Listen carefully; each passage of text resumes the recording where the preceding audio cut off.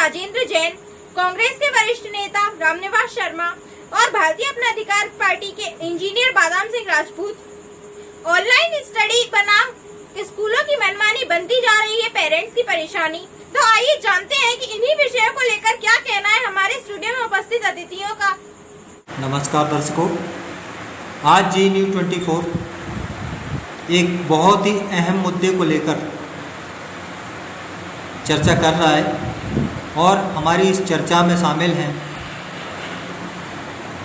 Bharatiya Janata party से वरिष्ठ नेता पूर्व पार्षद राजेंद्र जैन, वे भारतीय अपना अधिकार पार्टी के राष्ट्रीय संयोजक इंजीनियर बादाम सिंह राजपूत जी, वरिष्ठ कांग्रेसी नेता रामनिवास शर्मा जी। इससे पहले चर्चा को आरंभ किया जाए, मैं आपको एक बात बता दूं, यह एक सामान्य चर्चा है और कोई भी व्यक्ति इस चर्चा को सामान्य तरीके से ही ले। चर्चा की शुरुआत मैं अपनी बाईं ओर से करता हूं। रामनिवास शर्मा जी, वरिष्ठ कांग्रेस नेता जी, ऑनलाइन एजुकेशन बिल्कुल उचित नहीं है।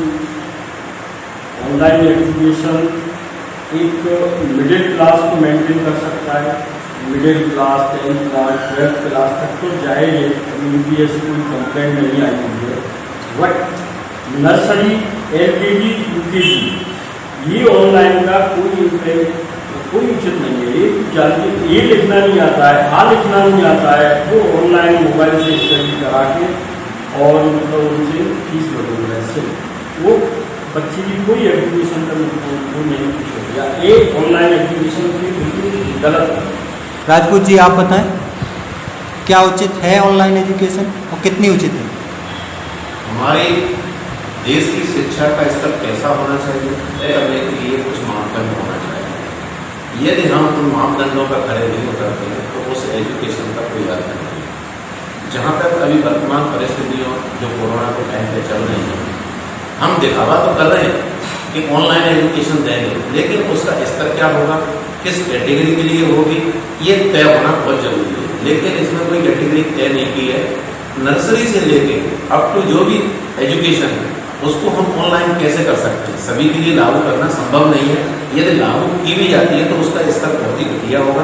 5वीं क्लास से नीचे का जो भी विद्यार्थी है उसकी एज के हिसाब से, उसकी परिपक्वता के हिसाब से, उसकी उम्र के हिसाब से कहीं ये अलाउ करना उचित नहीं है, क्योंकि उनकी बॉडी पर जो इफेक्ट पड़ेंगे वो बहुत ही नकारात्मक होंगे, जो कि जीवन भर के लिए उन्हें सफर भी करना पड़ सकता है। जैसे आंखों पर उसका प्रभाव पड़ेगा, मानसिक रूप से उसको प्रभाव पड़ेगा। और मैं ये मान के चलता हूँ, जब हमने 5वीं क्लास तक या 10वीं क्लास तक केवल हमने फ्री कर दी है शिक्षा और उसमें ऐसा कोई मापदंड नहीं रखा है कि उसे पास करने के लिए कोई मार्क्स भी लाने हैं, तो उसका एक सरलीकरण होना चाहिए। ये निश्चित तौर से सरकार को इस पर अपना कदम उठाना चाहिए, ये सरकार की जिम्मेदारी होती है और इसे लागू करने का भी उन्हीं की पूर्ण जिम्मेदारी है। ऑनलाइन एजुकेशन क्यों उचित नहीं है? ऑनलाइन एजुकेशन इसलिए उचित नहीं है कि बच्चे, नर्सरी वाले बच्चे, एलकेजी वाले बच्चे वो ऑनलाइन का मर्थ ही नहीं जानते, मोबाइल चलाना नहीं आता है और उसको साइड इफेक्ट इतना भयानक रहता है। जैसे टेलीविजन पर डॉक्टर लोग भी बोलते हैं कि टेलीविजन नहीं देखिए, आंखों का असर पड़ता है। ठीक उसी प्रकार अगर बच्चों को नर्सरी एलकेजी बच्चों को ज़्यादा उनमें बिजली होती है तो उनको साइड इफेक्ट आँख पे जोर पड़ेगा, आँख पर जोर पड़ेगा तो आँख पे असर पड़ेगा। जैसे कि वीक रहते हैं जब इतने रहती है तो वो आँख का असर, उनको साइड इफेक्ट पड़ेगा मोबाइल रेसेस का। दूसरी बात मैं ये बता रहा हूँ कि इस तरह से ये एजुकेशन स्कूल वाले जो प्रदेश में जो चला रहे हैं, तो क्या इन पर कोई लिखित सरकार का लाइसेंस है कि आप ऑनलाइन पढ़ाई करिए? ये किसने बोल दिया है? सरकार ने बोला है कि सुप्रीम कोर्ट ने बोला है? मेरे पास में लिखित आदेश है, आया हुआ हाई कोर्ट का आदेश है कि जब तक क्लास नहीं लगेगा, जब तक मतलब कोई भी स्कूल प्राइवेट चाहे कोई भी संस्था हो, वो पालकों से फीस नहीं लेगी। बच्चा स्कूल जाने लगेगा, उसके बाद में सेटलमेंट कर लेंगे दोनों पार्टियां, पालक भी और स्कूल मालिक भी, कितना फीस देना है ये बात। फीस मांग रहे हैं ऑनलाइन स्कूल वाले, तो ऐसे कुछ मामले आपकी नज़र में हैं क्या? मेरे पास में कई स्कूलों के फोन आए कि साहब पालक फीस भरने का, पालकों के फोन आ रहे हैं कि फीस भर रहे हैं। मैं ये मुझे पूछना चाहता हूँ कि आप ऑनलाइन एजुकेशन करने के बाद में फीस किस आधार से आपकी बनती है। अब फीस कोई छोटी पूरी तो है नहीं, फीस 1,70,000 ऐसी इस टाइप की फीस है लोक विद्यालयों की। मैं बात कर रहा हूँ LKG UKG या नर्सरी और तक की बात है। तो ये लोग इस तरह से फीस मांगने का इनका हक कौन सा आधार है तो ये फीस मांग रहे हैं। दूसरी बात, जैसे ये फीस की कहते हैं ऑनलाइन में ये वीडियो कर देते हैं। अब यहाँ पे कोई भी घर की गृहिणी अपना काम करेगी कि बच्चे का करे, अगर बच्चे का करती है तो ट्यूशन करता है, ट्यूशन से ट्यूटर रखता है। जब उसको ऑनलाइन के स्टडी बच्चे को नर्सरी को पढ़ाई जा रही है, ट्यूटर पैसा अलग ले लिया है, ऑनलाइन की फीस आप अलग पढ़ा देंगे। जब स्कूल नहीं तो फीस क्यों? बात तो ठीक है, वो भी अपनी एक संस्था खोल के बैठे हैं, उनके भी कुछ खर्चे हो सकते हैं, उनको मिनिमाइज करना चाहिए, टोटल फीस नहीं लेना चाहिए। उसका एक जरिया ये हो सकता है कि आपको संस्था को केवल सुचारू रूप से संचालित करने के लिए एक मिनिमाइज फीस तक तो बनता है, लेकिन जो फुल फीस की मांग की जा रही है वो न्यायोचित नहीं है। और ऑनलाइन शिक्षा का एक स्तर बनाया जाना चाहिए। वो स्तर यहाँ तक समझ में आ रहा है, अपने स्वार्थ के लिए किसी भी शिक्षा का हो या किसी अन्य विषय का हो उसका प्रोपेगेंडा बनाना ठीक नहीं है। और मैं ये मान के चलता हूँ, मेरा ये व्यक्तिगत सुझाव है पालकों के लिए कि यदि ऐसा उचित मानते हैं कि ऑनलाइन एजुकेशन नहीं होना चाहिए तो उसका पालक लोग भी विरोध करें। एकजुटता के साथ जब कोई विरोध शुरू होता है तो निश्चित रूप से वो मान्यता के अंदर आता है। और मेरा एक व्यक्तिगत सुझाव है कि 8वीं क्लास तक के बच्चों को, नर्सरी से 8वीं क्लास तक के बच्चों को ऑनलाइन एजुकेशन का कोई औचित्य नहीं है और वो उनकी बॉडी के लिए बहुत ही हार्मफुल रहेगा। जैसा कि डॉक्टर विशेषज्ञों की भी राय है कि शरीर पर उसका प्रतिकूल प्रभाव पड़ेगा, जो आगे के लिए कुछ इश्यूज ऐसे होते हैं जो आगे डेवलपमेंट नहीं हो पाएंगे, उनको जीवन भर के लिए परेशानी हो सकती है। तो शिक्षा, ऑनलाइन शिक्षा इतनी आवश्यक है जो उनके जीवन के लिए कष्टदायक हो जाए। इसलिए मैं ये मान के चलता हूँ ऑनलाइन की शिक्षा मिडिल क्लास तक के बच्चे के लिए अलाउ करना ठीक नहीं है। इस बात की मैं पुरजोर विरोध करता हूँ। ऑनलाइन एजुकेशन से बच्चों के शरीर पर प्रतिकूल प्रभाव पड़ सकता है, ऐसा कहना है राजपूत जी का। आप इससे कितना सहमत हैं? मेरा विचार यह है कि ऑनलाइन एजुकेशन क्या गवर्नमेंट के विद्यालय वाले भी देंगे, प्राइवेट वाले देंगे, तो गवर्नमेंट के विद्यालय वाले भी देंगे। जो गरीब बच्चे हैं वो भी पढ़ पाएंगे क्या? और फिर ऑनलाइन आप पढ़ाओगे और फीस क्यों लोगे? भाई आपके विद्यालय में कुछ खर्च नहीं हो रहा है, आपका कुछ नहीं लग रहा, बच्चा आ नहीं रहा, जा नहीं रहा, और क्या पढ़ेगा बच्चा? छोटा बच्चा, मैं कह रहा हूँ 8th तक का भी बच्चा क्या पढ़ पाएगा ऑनलाइन? मोबाइल में क्या पढ़ेगा? कोई बड़ा बच्चा हो 9th 10th 11th और ऊपर के आगे की हम मानते हैं हम एक बात कि अखबार पढ़ करके या इवन मोबाइल पर देख करके, लेकिन छोटे बच्चे क्या पढ़ेंगे? छोटे बच्चों को मोबाइल चलाना नहीं आता, तो 4 साल के, 5 साल के, 8 साल के, 10 साल के बच्चे हैं, वो क्या करेंगे? और मोबाइल के माध्यम से तो पढ़ाई हो ही नहीं सकती। सिर्फ बिजनेस जरूर चलाया जा सकता है, तो बिजनेस के लिए सरकार को बड़ी छूट दी गई है, क्योंकि विद्यालय सरकारी तो बंद करती है गवर्नमेंट और प्राइवेट नहीं खुलती चली गई। आज शिक्षा और स्वास्थ्य दो का जितना व्यापारीकरण हुआ है उसी से पूरे देश की व्यवस्था खराब हो रही है। मैं तो सरकार से एक ही अपील करूंगा कि शिक्षा और स्वास्थ्य तो सरकार फ्री उपलब्ध कराए, बाकी सरकार हर चीज में कर ले। शिक्षा और स्वास्थ्य देश के बच्चों के लिए फ्री होना चाहिए, देश के नागरिकों के लिए स्वास्थ्य की व्यवस्था फ्री होना चाहिए। बाकी गवर्नमेंट टैक्स फ्री में जो बांटती है वो न बांटे, लोगों को रोजगार परक बनाए, शिक्षा और स्वास्थ्य को फ्री करे।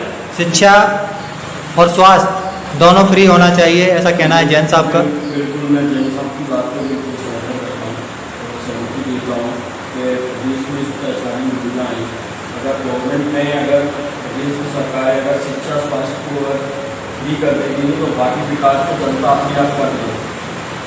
शिक्षा स्वास्थ्य फ्री नहीं है तो तब वो अपना सेल्फ विकास में नहीं कर पाए। दूसरा मैं आपसे कहना चाह रहा हूँ कि जब बात चल रही है स्कूलों के ऊपर, तो मैं ये कहना चाहूँगा कि ये सिर्फ इस कोरोना काल में प्राइवेट स्कूलें भी मैंने फीस माफ नहीं कर पा रही। जब लॉकडाउन में लोगों का किस तरह से लोग मतलब परेशान हैं, रोजगार को लेकर, बेरोजगारी को लेकर और महंगाई को लेकर इस तरह से जूझ रहे हैं। उसके ऊपर से प्राइवेट संस्थाएं बच्चों की फीस पर इतना बर्डन डाल रहे हैं, पूरी तरह से फोन कर रहे हैं और ये कह रहे हैं कि जमा करो, इस पर दबाव डालें। क्या ये नहीं कर सकती कि 3 महीने की फीस माफ कर दें बच्चों की, नर्सरी, LKG, UKG में यही चले और इसके बाद फिर 5th तक की तो कम से कम माफ कर सकते हैं। मैं समझता हूँ 95% लोग इसी बात से सहमत होंगे कि मिनिमम, जो मैंने पहले भी आपसे यही बात कही थी कि मिनिमम अगर मान लो आप किसी बच्चे की 1000 रुपये फीस है तो आप उसके 200 रुपये महीने अगर लेते हैं तो कारोबार काम भी होगा और बच्चे के पेरेंट्स को भी नहीं करेगा। स्कूलों को खोला जाना उचित होगा?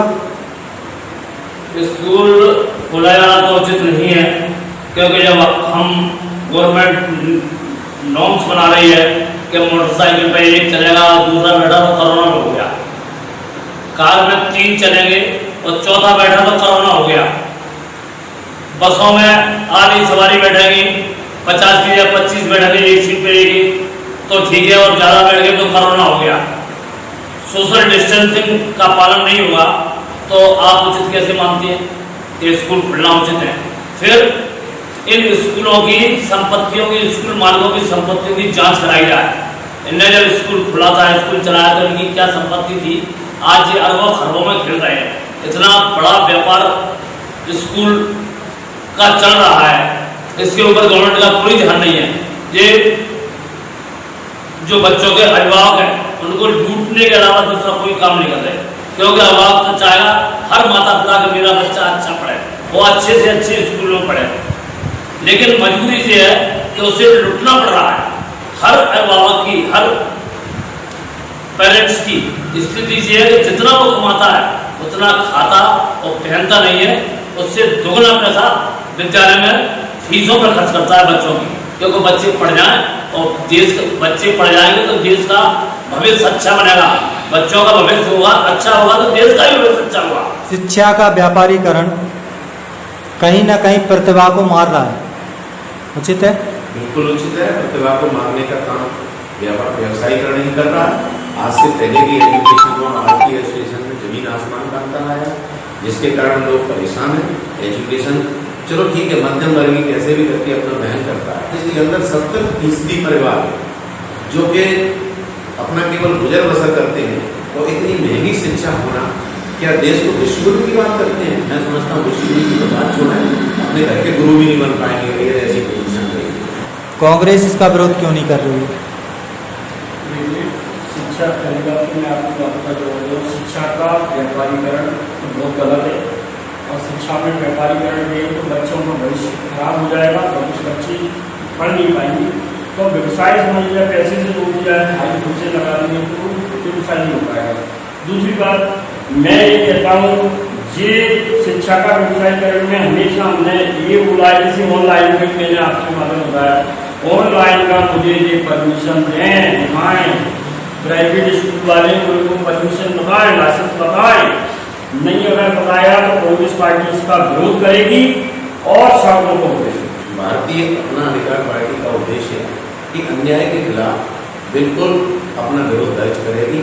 उसका रूप क्या होगा, प्रतीकात्मक क्या होगा, वो उसी समय पर निर्भर करेगा, लेकिन निश्चित रूप से कोई जो विरोध अन्याय का करेगी, चाहे वो शिक्षा का क्षेत्र हो, चाहे चिकित्सा का क्षेत्र हो, चाहे सड़क की बात हो, चाहे सुरक्षा की।